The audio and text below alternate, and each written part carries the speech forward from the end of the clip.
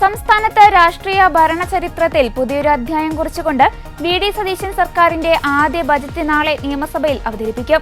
R. ശങ്കറിനും ഉമ്മൻചാണ്ടിക്കും ശേഷം budget അവതരിപ്പിക്കുന്ന കോൺഗ്രസ് മുഖ്യമന്ത്രി എന്ന അപൂർവ നേട്ടത്തോടെയാണ് വി.ഡി. സതീശൻ നാളെ സഭയിലെത്തുന്നത്.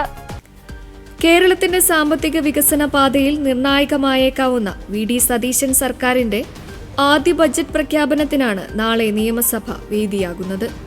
മുഖ്യമന്ത്രി തന്നെ ധനവകുപ്പ് കൈകാര്യം ചെയ്യുന്ന സാഹചര്യത്തിലാണ് വലിയൊരു ഇടവേളയ്ക്ക് ശേഷം ഒരു കോൺഗ്രസ് മുഖ്യമന്ത്രി സഭയിൽ ബജറ്റ് അവതരിപ്പിക്കുന്നത്. മുൻ മുഖ്യമന്ത്രിമാരായ ആർ. ശങ്കർ, ഉമ്മൻചാണ്ടി എന്നിവർക്ക് ശേഷം ഈ പദവിയിലെത്തുന്ന മൂന്നാമത്തെ കോൺഗ്രസ് നേതാവാണ് വി.ഡി. സതീശൻ.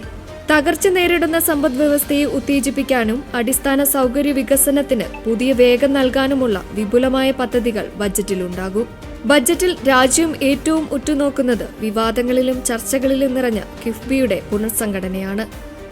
നിലവിലുള്ള ഘടനയിൽ നിന്നും മാറി കിഫ്ബിയെ പൂർണ്ണമായും ധനകാര്യ വകുപ്പിന്റെ നേരിട്ടുള്ള നിയന്ത്രണത്തിൽ കൊണ്ടുവരാൻ സർക്കാർ ഒരുങ്ങുന്നതായാണ് സൂചന.